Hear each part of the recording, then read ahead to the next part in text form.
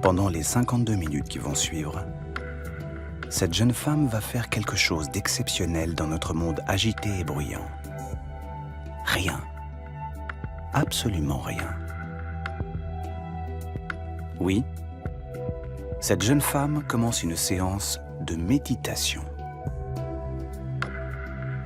Comme elle, ils sont de plus en plus nombreux dans le monde à fermer les yeux quelques minutes par jour pour mieux dompter le flot de leurs pensées. Jamais les sagesses orientales n'avaient à ce point rencontré les savoirs occidentaux. La méditation a été acceptée dans la société occidentale parce que nous avons beaucoup d'études scientifiques à la fois sur son efficacité mais aussi sur son impact sur notre cerveau et notre santé. À la lumière des scanners, chercheurs et médecins découvrent qu'en apaisant nos esprits, la méditation modifie de nombreuses régions de notre cerveau et influence peut-être même l'ensemble de notre organisme.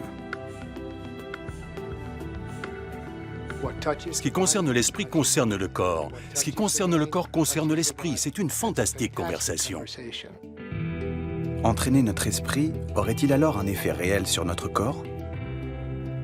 Méditer pourrait-il même, dans certains cas, nous aider à guérir? De plus en plus, la méditation et la médecine deviennent comme les deux faces d'une même pièce. Aujourd'hui, de plus en plus de médecins s'inspirent de traditions millénaires pour changer leur manière de soigner.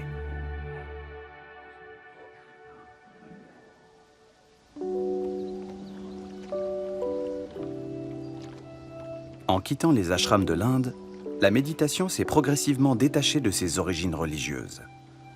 Elle s'adresse désormais à tous, croyants ou athées. Si cette forme de méditation moderne s'appelle méditation de pleine conscience, c'est parce qu'elle cherche simplement à nous rendre attentifs à tout ce qui nous passe par la tête, à nos émotions intimes comme à nos sensations corporelles. Ce que beaucoup de gens ignorent avant de commencer à méditer, c'est que la méditation est une pratique très corporelle. Ce n'est pas juste une cogitation, une réflexion approfondie, une observation de nos pensées. C'est vraiment un moment où on se met à l'écoute de sa personne globale. On regarde ce qui se passe dans notre corps, comment nous respirons, comment nos pensées circulent, comment on accueille les sons. Finalement, c'est une position d'observateur bienveillant. On ne cherche pas à provoquer quoi que ce soit, juste à se rendre présent. Connu pour ses nombreuses publications sur la méditation, le docteur Christophe André est surtout le premier médecin en France à lui avoir ouvert les portes de l'hôpital. Celle de l'hôpital Sainte-Anne précisément. Depuis 2004, ce haut lieu de la santé mentale utilise la méditation pour aider les patients qui souffrent de dépression chronique et de troubles de l'anxiété. Nous, dans le service, nous considérons que la méditation est une approche complémentaire. Elle n'a pas pour vocation de dire « arrêtez les antidépresseurs, c'est mauvais, les psychothérapies, c'est du blabla, laissez tomber ». Nous, on pense que c'est très bien d'avoir des antidépresseurs et des psychothérapies, mais on pense aussi que ça ne suffit pas parfois et qu'on peut encore amplifier, augmenter, améliorer sa santé avec des approches complémentaires comme la méditation. Pour commencer notre exercice de pleine conscience, les mains sont sur les cuisses ou vers les genoux. Les paumes peuvent être tournées vers le bas. À Sainte-Anne, c'est Florent Dulon qui encadre aujourd'hui les séances. Pendant 8 semaines d'affilée, il applique un véritable protocole thérapeutique qui alterne entraînement à domicile et rendez-vous hebdomadaire à l'hôpital. Vous allez ouvrir votre main. Je vais vous mettre ce petit truc dans la paume de la main. Et juste, vous, pour l'instant, faites rien. Vous le regardez. Un petit truc qui n'a peut-être l'air de rien comme ça, mais ce grain de raisin aide en fait les patients dépressifs à sortir de leurs idées noires et morbides. C'est un moyen étonnamment simple de focaliser ses pensées sur l'instant présent. Découvrant sa texture, donc on peut appuyer un petit peu avec la pulpe du doigt, le presser un peu entre le pouce et l'index, et puis lentement on va l'amener tout près de l'oreille. et on va le presser un peu et essayer d'écouter le son qu'il produit à notre oreille. Et puis délicatement, on va l'amener de l'oreille aux narines. Et maintenant, doucement, on le descend et on le met dans la bouche, sur la langue. Ce sera toujours le premier pas de la pleine conscience, c'est de voir quand notre esprit, notre mental, nous embarque ailleurs. Chez certaines personnes, ce grain de raisin n'est pas agréable. Chez d'autres, c'est plutôt des commentaires ou de jugements. Pourquoi il nous fait faire cet exercice? Et c'est de venir accueillir et prendre en compte tout ça, toutes ces pensées qui viennent nous mettre en dehors de l'exercice. Et l'idée, c'est pas du tout de faire abstraction de ça, mais c'est d'en prendre conscience et toujours, pour nous entraîner, en revenir au moment présent et à l'exercice tel qu'il est demandé. À première vue, on a quand même du mal à croire que mâcher des grains de raisin puisse faire aussi bien qu'avaler des petites pilules. C'est pourtant ce qu'a constaté Nathalie, victime d'attaques de panique récurrentes depuis son enfance. Pour elle, l'accompagnement thérapeutique dispensé à Sainte-Anne a fait plus en 1 an que 40 ans de surenchère médicamenteuse. Depuis que je médite, les attaques de panique se sont vraiment espacées, elles sont beaucoup plus rares. Bon, les médicaments, ponctuellement, ils peuvent aider. Je ne prends plus du tout d'antidépresseurs, mais par contre, les anxiolytiques, il peut m'arriver d'en prendre de manière très très ponctuelle, mais plus du tout de manière régulière. Ce qu'on montre à la fois en tant que médecin, en observant l'évolution des patients, mais aussi dans les études, de neuroimagerie, etc., c'est que apprendre la méditation à des patients fragiles sur le plan dépressif leur permettait de limiter considérablement le risque de rechute dans les années qui venaient et que ça avait la même efficacité que le maintien sous antidépresseurs. L'expérience menée depuis 15 ans à Sainte-Anne confirme le résultat d'études cliniques conduites en Europe et en Amérique du Nord. Quand on a déjà connu 2 épisodes dépressifs majeurs, méditer 20 minutes par jour réduit de 50% le risque de rechute.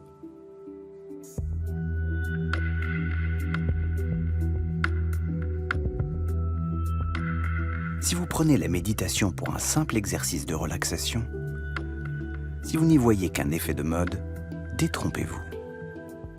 De plus en plus de médecins reconnaissent aujourd'hui ses vertus antidépressives. Et les chercheurs commencent même à pouvoir les expliquer.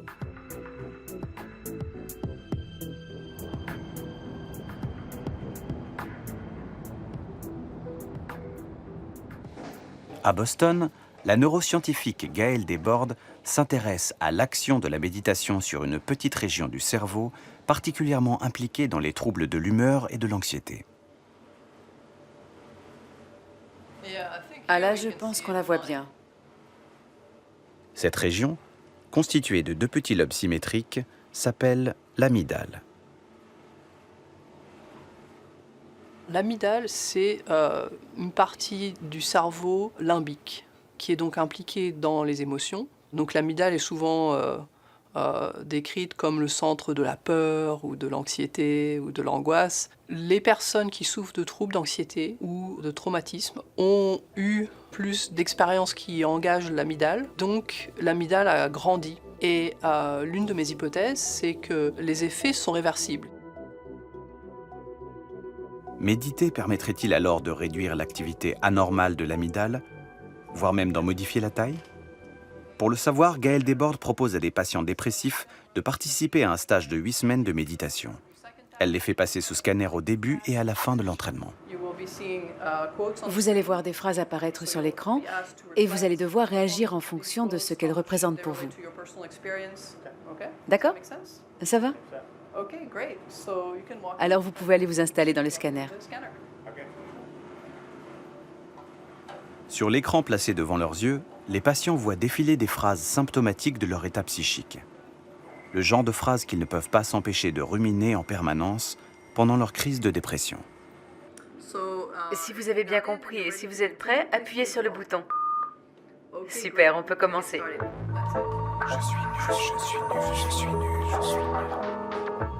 Ils doivent laisser les mots résonner en eux pendant 20 secondes avant d'essayer de s'en libérer totalement. Un exercice a priori tout simple, sauf quand l'amygdale ne fonctionne pas normalement. Au moment où on leur demande de laisser aller, l'amygdale va rester active trop longtemps, ce qui est l'une des caractéristiques du trouble dépressif. Et donc on pense qu'après leur formation de 8 semaines de méditation, les sujets seront capables de désengager l'amygdale et donc renormaliser en fait comment leur cerveau répond aux émotions. Dans son groupe de contrôle, chez des sujets en bonne santé, Gaëlle a constaté que 8 semaines de méditation réduisent effectivement l'activité de l'amygdale. Elle espère à présent mettre en évidence le même phénomène chez les personnes souffrant de dépression. On pourrait ainsi scientifiquement démontrer que la méditation modifie la structure même de notre cerveau, ou du moins de certaines aires cruciales pour notre santé. Le but de ces études neuroscientifiques, c'est d'avoir des données qui démontrent l'efficacité de ces interventions à base de méditation, mais aussi par quel mécanisme elles fonctionnent, et peut-être aussi de prescrire des interventions de méditation comme une forme de thérapie qui soit reconnue, qui soit validée scientifiquement, déterminer combien de temps les gens doivent pratiquer, est-ce qu'il est nécessaire de le faire tous les jours, est-ce qu'il est nécessaire de le faire pour une durée déterminée ou pas, c'est ce qu'on espère pouvoir démontrer dans les années à venir. Quand le programme de Gaëlle Desbordes sur l'amygdale livrera ses résultats définitifs, cela permettra d'améliorer encore la prise en charge des patients et de traiter durablement les troubles dépressifs. Gaëlle et son équipe espèrent en effet découvrir comment entraîner efficacement son cerveau pour qu'il puisse corriger par lui-même certains de ses dysfonctionnements. Depuis l'IRM, on a découvert qu'il y avait également des changements qui pouvaient exister dans le cerveau après avoir pratiqué. Donc des changements qui ne sont pas uniquement un changement d'état pendant la méditation, mais un changement anatomique ou fonctionnel dans le cerveau qui dure, voire même qui devient la nouvelle norme de fonctionnement. L'amygdale qu'étudie actuellement Gaëlle Desbordes n'est pas la seule aire cérébrale qui change quand on médite régulièrement tout au long de sa vie. Méditer modifie durablement de nombreuses régions de notre cerveau, au point qu'il est aujourd'hui difficile d'en faire un inventaire exhaustif.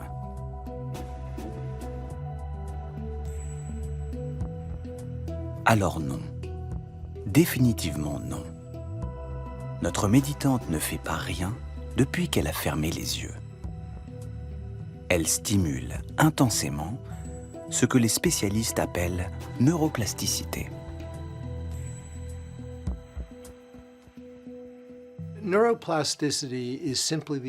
La neuroplasticité, c'est l'idée toute simple que le cerveau se modifie avec l'expérience et avec l'entraînement. La plupart du temps, ça se passe malgré nous. La plupart du temps, nos cerveaux sont façonnés par ce qui se passe autour de nous. Avec la méditation, ce que l'on fait, c'est qu'on dirige enfin notre cerveau. On oriente volontairement la neuroplasticité. Pour nous, la méditation, c'est une forme d'entraînement mental.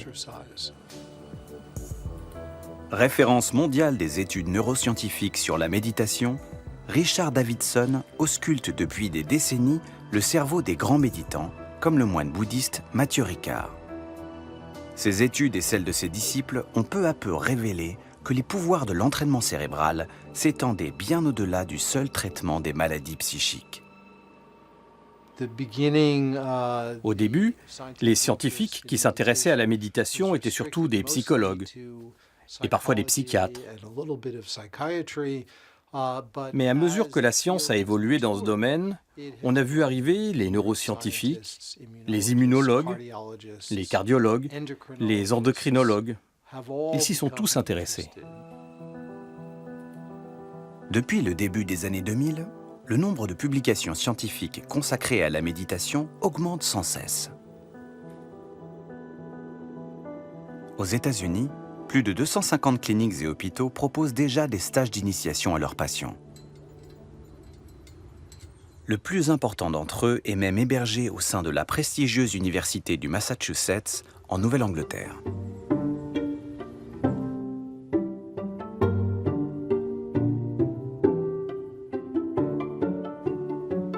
le Center for Mindfulness de Worcester, c'est un peu la Mecque de la planète méditation, le temple de la pleine conscience.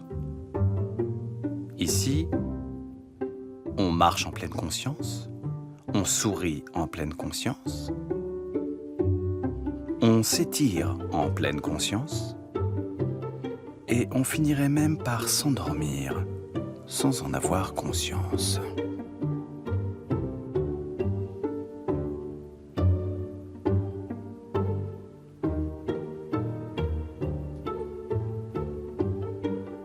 Comme si l'on allait pouvoir soigner toutes les maladies du monde à coups de sonnette magique. De prime abord, les gens disent toujours « Qu'est-ce que la méditation pourrait bien changer à mon état de santé ou à ma maladie ? Est-ce que ça marche ?» Les gens qui viennent ici ont toutes sortes de maladies. Il est assez courant de trouver des gens atteints de cancer à différents stades d'évolution, des gens qui souffrent de douleurs chroniques. Les gens viennent pour des troubles du système digestif, du système cardiovasculaire. Donc on fait vraiment partie de la médecine maintenant. Ce n'est plus de la médecine alternative, ça rentre vraiment dans les mœurs. Aujourd'hui, près de 15 000 personnes passent chaque année par le Center for Mindfulness. En 38 ans d'existence, le centre a acquis une réputation mondiale grâce aux milliers de témoignages enthousiastes des participants. Vous savez, je n'ai pas eu une seule migraine en 7 semaines, ce qui est assez impressionnant parce que d'habitude, j'en ai 2 ou 3 par mois et j'ai l'impression d'être beaucoup moins sévère envers moi-même et mon entourage. J'ai eu pas mal de changements dans ma vie récemment, dont un pontage gastrique qui m'a fait perdre 46 kilos. Je me suis fait remplacer mes 2 hanches et j'ai commencé à perdre confiance en moi. Donc j'ai pensé que la méditation serait une bonne manière de travailler sur mes problèmes. Et ça a marché. Ça marche certainement puisqu'ils le disent tous. Mais pourquoi? S'agit-il simplement d'un effet d'autosuggestion ou y a-t-il quelque chose de plus? Depuis 1979, un homme cherche à comprendre ce qui se passe vraiment derrière ses yeux clos et ses corps immobiles. Cet homme, c'est Jon Kabat-Zinn, le fondateur du Center for Mindfulness. C'est lui qui, le premier, rapprocha les sagesses orientales de la médecine occidentale.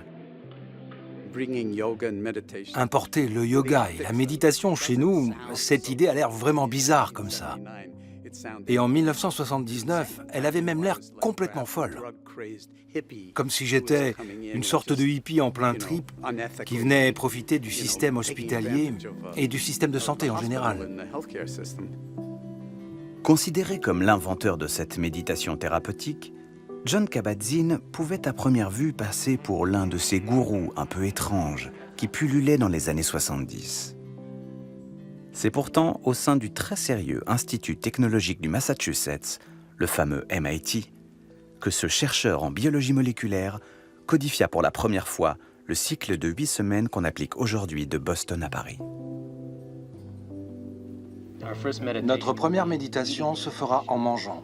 Je vais vous distribuer des grains de raisin secs et la consigne, c'est de les prendre simplement dans votre main et de les regarder comme si vous n'en aviez jamais vu auparavant. Si cette scène vous dit peut-être quelque chose, si rien ne semble avoir changé depuis 40 ans, c'est que le programme conçu par Jon Kabat-Zinn avait vu juste dès le début. Il s'était attaqué avant les autres à l'un des plus grands fléaux de notre époque actuelle.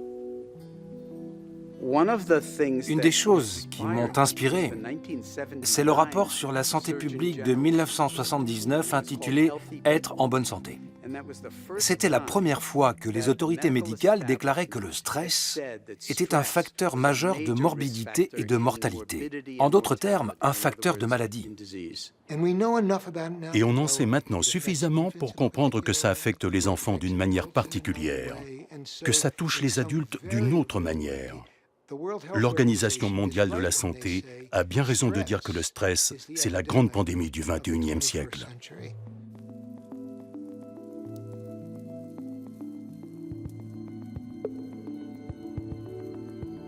Rester zen en toutes circonstances suffirait-il à nous prémunir des maladies liées au stress? Comment des gestes aussi simples peuvent-ils vraiment produire un effet sur notre corps?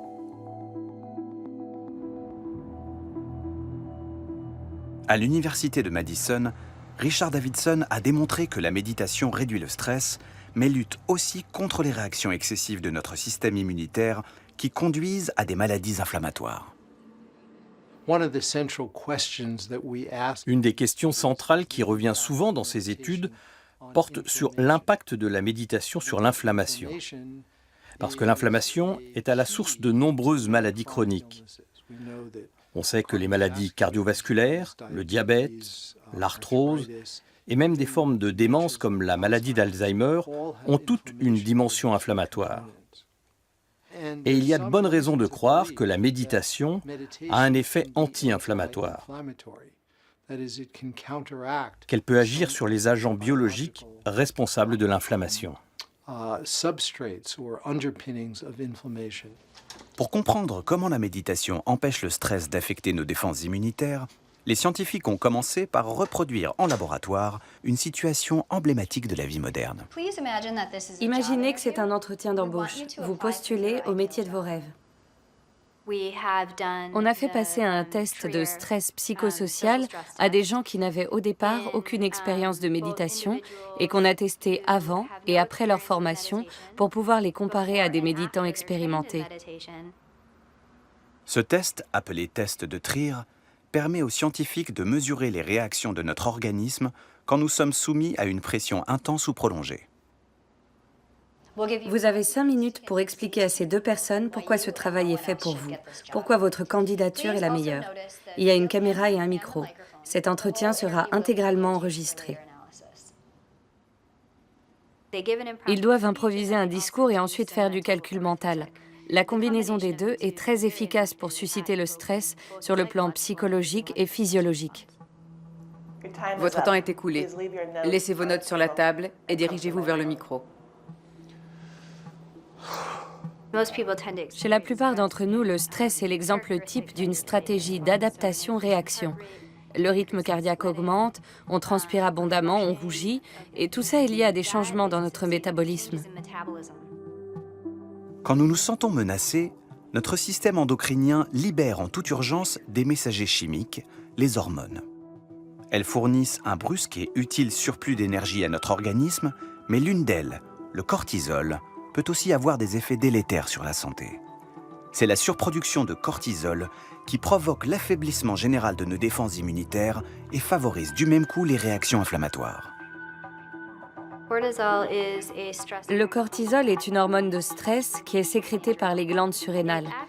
Elle active certaines régions du cerveau pour permettre à l'organisme de répondre efficacement à une éventuelle menace. Mais si on la stimule trop, alors ce mécanisme, qui est très utile dans certaines circonstances, finit à l'inverse par provoquer des maladies. Méditer permettrait-il de réguler le taux de cortisol et de limiter ainsi ses effets négatifs sur notre santé?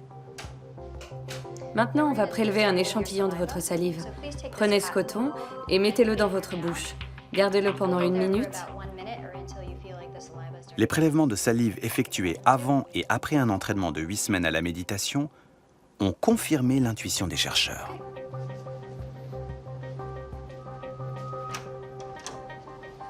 Avant d'apprendre à méditer, les sujets produisent beaucoup de cortisol quand ils font l'exercice et l'évacuent difficilement une fois le stress passé. Après 8 semaines de méditation intensive, leur taux de cortisol est moins élevé pendant le même exercice et surtout revient beaucoup plus vite à la normale. De plus, les scientifiques ont observé une diminution des réactions inflammatoires. Ce qu'on a observé, c'est que, par rapport au début de leur stage de méditation, les sujets qui avaient été entraînés à la pleine conscience avaient une réaction inflammatoire plus faible à une crème qu'on appelle capsaïcine. On l'applique sur la peau et ça provoque une petite inflammation. Cette inflammation est plus faible après l'entraînement que chez les gens qui n'ont jamais médité. Et donc, si vous pouvez contrôler votre perception du stress, vous pouvez aussi moduler votre réponse physiologique au stress. Ah, les étonnants pouvoirs de l'entraînement mental. Ainsi donc, notre méditante ne muscle pas son cerveau en vain, elle lui donne aussi les moyens d'agir sur l'ensemble de son corps, au point de modifier ses équilibres complexes que les scientifiques appellent joliment psycho-neuro-immuno-endocrinologiques, parce qu'ils unissent nos pensées, nos émotions et leurs effets sur la santé. Ce sont les interactions permanentes entre corps et esprit qu'on cherche aujourd'hui à mieux prendre en compte dans le traitement des patients.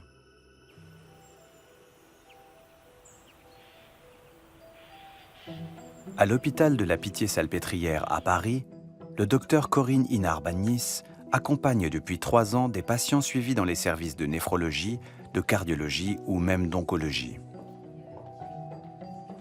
Sans leur promettre de guérison miracle par la méditation, elle les aide à mieux supporter des soins et des traitements souvent très éprouvants. Nous pouvons, à travers la respiration, nous reconnecter à nous-mêmes, à l'intérieur. Être présent aux sensations de l'air qui entre et qui sort d'instant en instant. En observant les sensations dans les épaules, dans le haut du dos.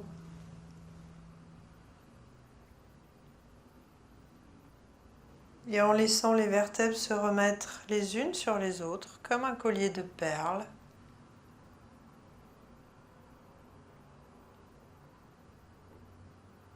Et puis en se préparant à terminer cet exercice, quand c'est bien pour vous, à reprendre contact avec le groupe. Quand on a une maladie et qu'on a un corps qui ne répond pas à nos attentes parce qu'il est malade, on a tendance à plus trop s'en occuper.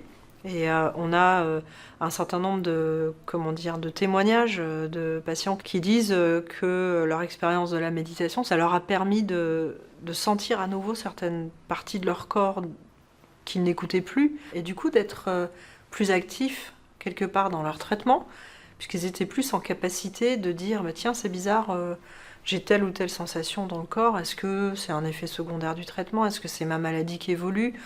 et de pouvoir en parler avec l'équipe médicale.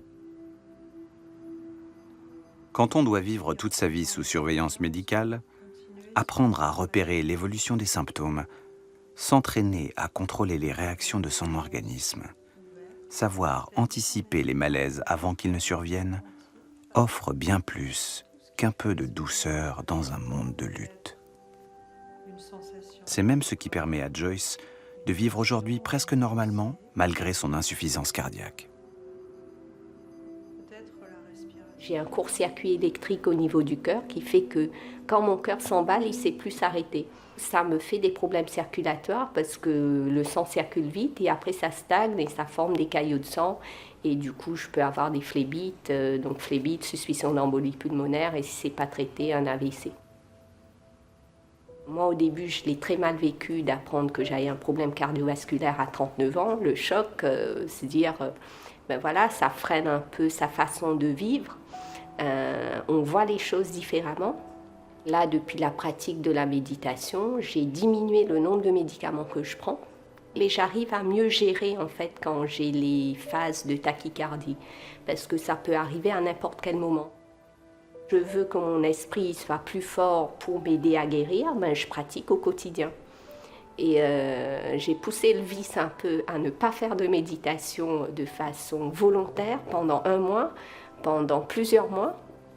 Et c'est un peu maso, mais en fait, je me rends compte qu'il y a des incidences au niveau de ma santé. Et du coup, je me dis, ça sert à quoi de s'amuser à ça? Donc du coup, je suis revenue vite fait, bien fait, à refaire ma méditation au quotidien.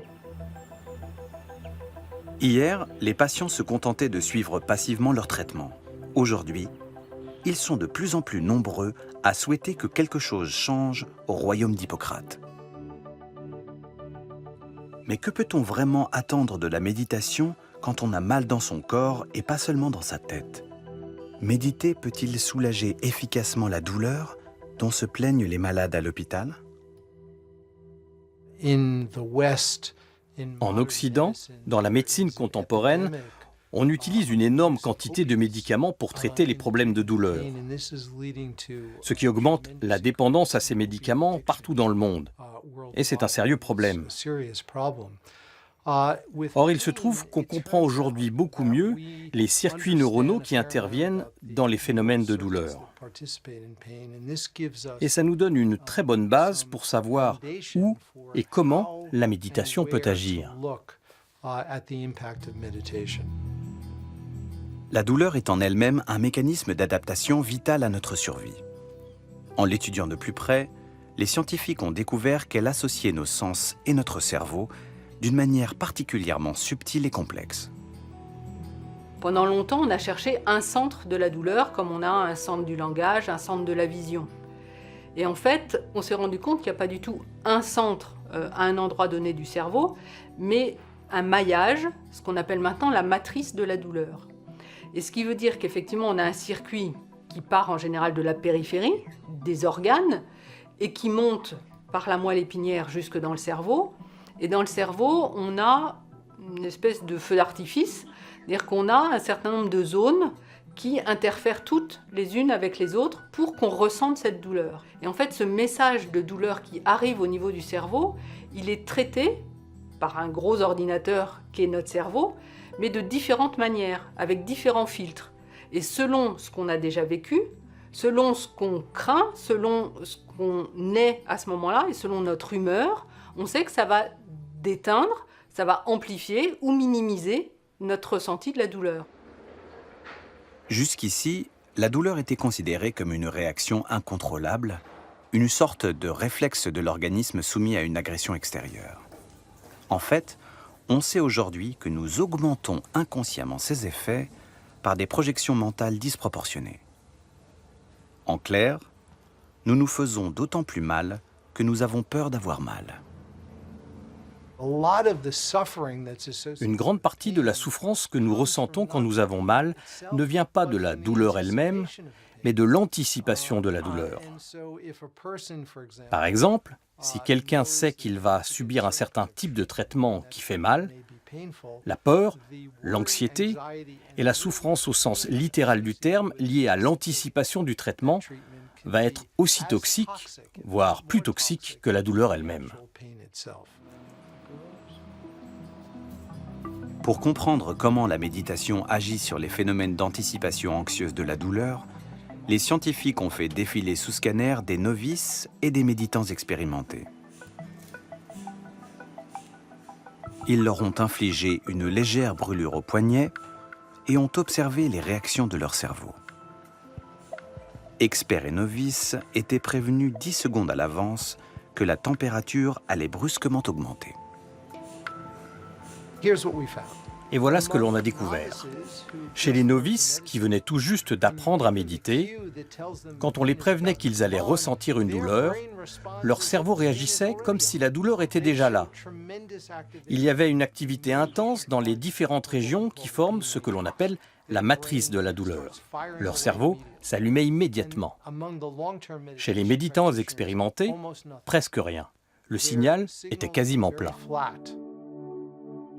Si les méditants parviennent à limiter l'anticipation réflexe de leur cerveau, faut-il pour autant conclure qu'ils ne ressentent plus du tout la douleur? Pour les scientifiques, ce n'est pas tout à fait ce que montre l'analyse des données. Étonnamment, le cerveau des méditants répond de manière plus intense à la douleur que celui des non-méditants, et non pas le contraire. La réaction est paradoxalement plus forte, mais ensuite, pendant la phase de récupération, ils reviennent tout de suite à la normale, alors que les novices continuent de présenter une activité intense dans les différentes aires cérébrales de la douleur. Le cerveau des grands méditants s'active pleinement quand la douleur est là pour permettre à l'organisme de réagir en cas de danger. En revanche, il reste absolument serein avant et après. Collaborateur de longue date de Richard Davidson, c'est le neuroscientifique Antoine Lutz qui poursuit aujourd'hui à Lyon cette étude majeure sur la douleur. Nous, finalement, on essaie de comprendre au niveau neuronal qu'est-ce qui se passe et qu'est-ce qui expliquerait les résultats cliniques que l'on a pu trouver sur l'impact de la pleine conscience sur la douleur. On va se pencher notamment sur une région qui s'appelle l'insula, qui reflète tous les processus du ressenti de la douleur. L'insula qu'étudie Antoine Lutz est une région encore méconnue de notre cerveau. Cachée dans les replis du cortex, c'est grâce à elle que nous pouvons prendre conscience des signaux renvoyés par nos sens. C'est là, sans doute, qu'un influx douloureux se transforme en sensation douloureuse.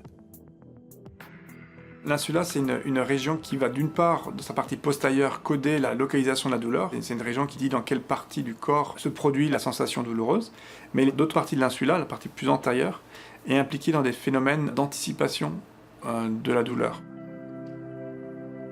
Pour son étude sur l'insula qui vient tout juste de commencer, Antoine Lutz et son équipe vont observer pendant plusieurs mois comment évolue le cerveau de novices qui découvrent la méditation. Respirez naturellement, comme à l'ordinaire, et cela à votre rythme. Les premiers résultats montrent que les méditants expérimentés présentent un volume de tissu cérébral plus important dans l'insula et dans certaines régions du cortex préfrontal. Pour Antoine Lutz, c'est peut-être ce qui explique pourquoi la méditation change profondément notre rapport à la douleur. La méditation ne va pas changer l'expérience brute de la douleur, mais elle ne va pas rajouter quelque chose dessus. On va changer la relation que l'on a à la douleur, mais pas changer la douleur elle-même. Et cette distanciation avec la sensation douloureuse pourrait expliquer pourquoi, en pleine conscience, une expérience douloureuse semble moins désagréable.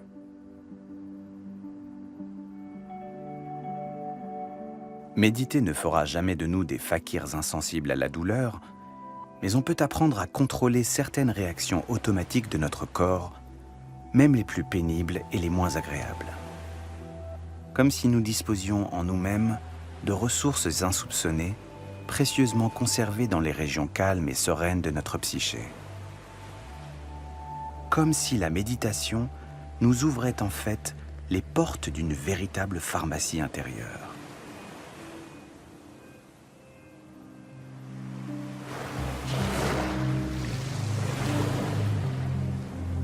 Au début des années 2000, une équipe californienne a entrepris de répertorier l'ensemble des effets de la méditation sur le cerveau et le corps de ceux qui la pratiquent. Piloté par le professeur Clifford Saron, le projet Shamatha est l'un des plus ambitieux programmes de recherche jamais entrepris sur la méditation et ses effets sur la santé. Le projet consistait à étudier 2 groupes de 30 personnes qui avaient été tirées au sort pour participer à une retraite de 3 mois au cœur des montagnes rocheuses. On avait élaboré une quinzaine de tâches assistées par ordinateur pour étudier différents aspects de la régulation des émotions, de l'attention, sélective ou soutenue. Le travail est toujours en cours pour analyser les données. Et on est encore loin d'avoir terminé.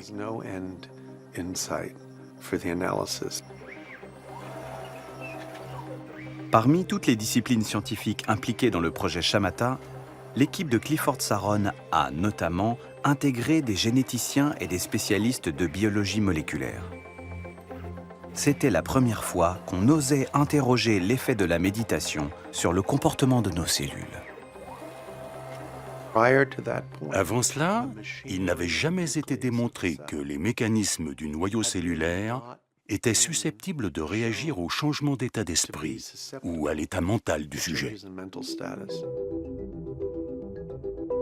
À première vue, difficile d'imaginer que méditer puisse avoir un effet sur les brins d'ADN contenus dans chacune de nos 100 000 milliards de cellules. C'est pourtant l'hypothèse avancée par Elissa Epel, chercheuse à l'Université de Californie-San Francisco. C'est elle qui a convaincu Clifford Saron d'observer les chromosomes de ces méditants.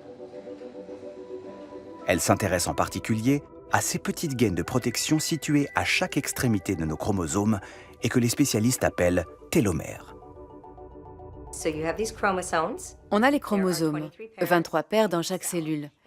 Et au bout de chaque chromosome, il y a un petit capuchon, comme le petit bout en plastique de votre lacet de chaussure. C'est ce qu'on appelle les télomères. Avec le temps, les télomères raccourcissent de plus en plus. Et quand ils sont trop petits, la cellule ne peut plus se diviser et donc ne peut plus continuer à vivre ni renouveler les tissus. C'est exactement ce qui fait qu'on tombe malade et qu'on finit par mourir.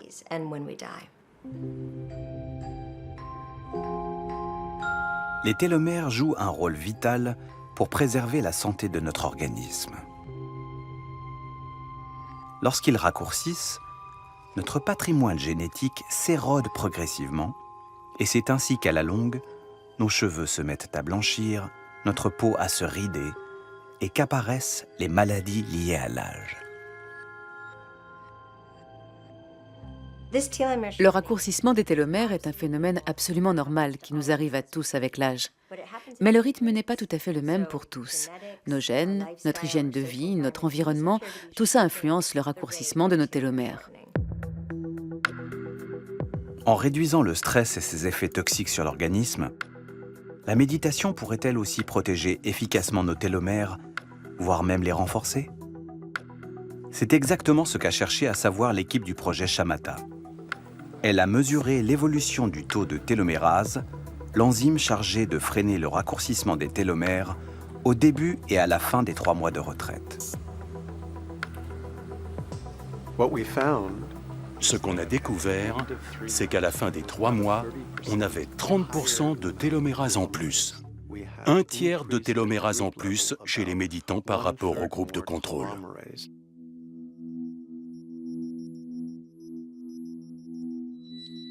3 mois de méditation intensive, un tiers de télomérase en plus. Avec cette expérience, on venait de mettre en évidence que la méditation pouvait influencer l'un des mécanismes les plus fondamentaux de notre biologie, le vieillissement cellulaire. Pour toute l'équipe du projet Shamatha, on ne pouvait pas en rester là. Il fallait désormais mesurer les conséquences de ces premières observations sur la longueur des télomères eux-mêmes. Cliff a été le premier à dire « Étudions ça dans le cadre d'une retraite de méditation intensive ». Nous avions fait l'étude Shamatha qui avait donné des résultats très prometteurs. Mais à ce moment-là, on n'avait étudié que l'enzyme, que la télomérase, parce qu'on ne pensait pas vraiment que les télomères pouvaient changer aussi rapidement. Donc Cliff Saron a suivi une retraite de 3 semaines et on a étudié les télomères avant et après la retraite.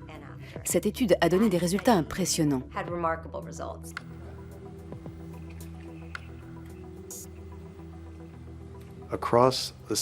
Sur une période de seulement 3 semaines, on a mis en évidence un rallongement significatif des télomères parmi les 26 méditants suivis. Et c'est comme ça que nous avons compris que la longévité physique d'une personne peut être liée à son état psychologique d'une manière absolument mécanique. Ça a été une découverte vraiment stupéfiante. Si elle se confirme dans d'autres études, c'est une très bonne nouvelle. La méditation pourrait ralentir le rythme du vieillissement. Elle stimule la télomérase et renforce les télomères, de sorte qu'ils raccourcissent moins vite avec le temps. Cette étude en est encore à ses débuts, mais nos résultats sont très encourageants et prometteurs. Et quand on dit que nos cellules nous écoutent, que nos télomères écoutent nos pensées et nos émotions, ce qu'on veut dire en fait, c'est que nous avons le pouvoir de créer notre propre environnement biochimique, qu'il soit calme et régénérant, ou à l'inverse, en état de stress permanent. Et ça affecte vraiment nos télomères et la chimie de nos cellules. Rester jeune aussi longtemps qu'on cultive les charmes de l'instant présent. Prolonger sa vie en entretenant son cerveau comme on entretient son corps, la promesse est bien séduisante.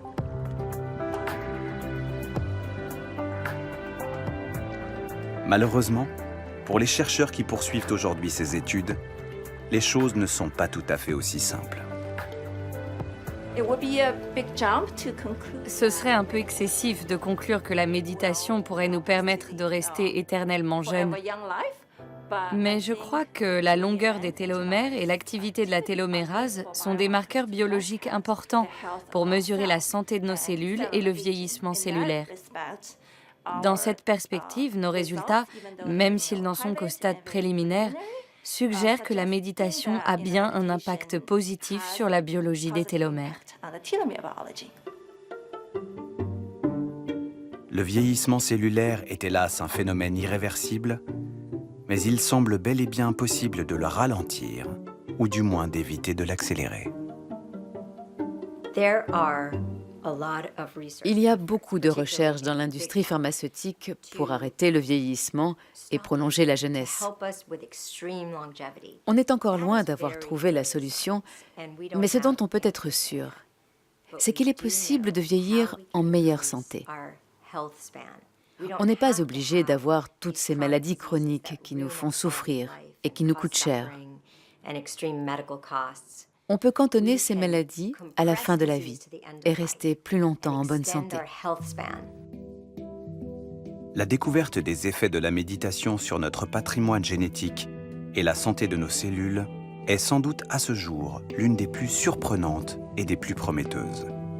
Elle pourrait bien à terme renforcer encore l'intérêt des scientifiques pour ces pratiques issues du fond des âges. Ils sont de plus en plus nombreux désormais à constater leurs bienfaits.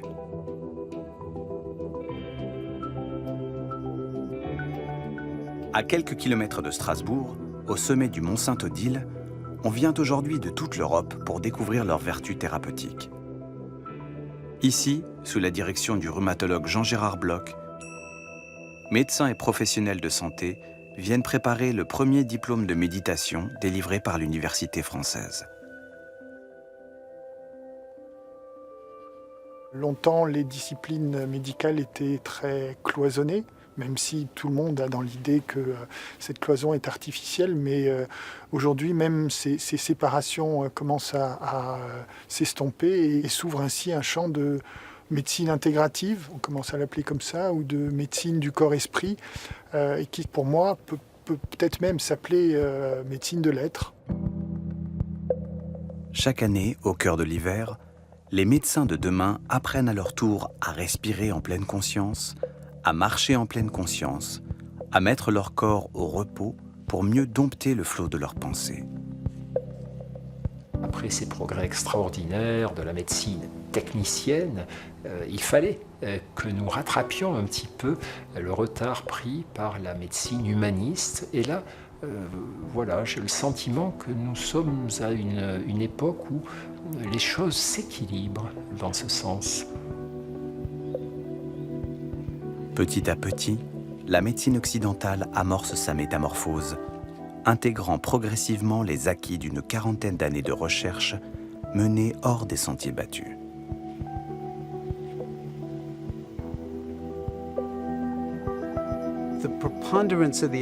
Il y a de plus en plus de preuves qui montrent clairement ce qui se passe quand on arrête un peu de faire quelque chose et qu'on se contente d'être soi-même. Ce qui se passe au niveau de la biologie, au niveau de la respiration, au niveau du cerveau, au niveau du génome ou au niveau des télomères, le bout de nos chromosomes. Les gens pensent que la méditation, c'est un truc bizarre, comme un rituel de magie, de conscience cosmique, ou quelque chose du genre. Mais ça n'a rien à voir. Il ne s'agit pas de partir dans le cosmos, mais d'être pleinement là où vous êtes. Et s'il y a de la magie, elle est à l'intérieur de vous-même. Alors oui, définitivement oui. Il y a maintenant une science de la pleine conscience. Corps et esprit forment un tout, et c'est l'ensemble des composantes psychologiques, neurologiques et physiologiques que les chercheurs et les médecins veulent désormais prendre en compte pour améliorer notre santé. Notre vision, c'est que méditer sera bientôt aussi banal que de se brosser les dents. Cela fera partie de notre routine quotidienne.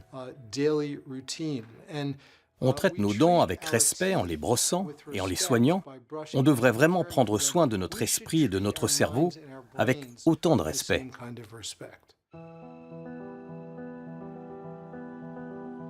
Fermer les yeux pour prendre soin de soi. C'est ce qu'a fait notre méditante pendant presque 1 heure. C'est ce qu'elle fera demain, comme des milliers de personnes dans le monde. C'est ce qu'on peut tous apprendre à faire quelques minutes par jour, doucement, tranquillement, juste en pleine conscience.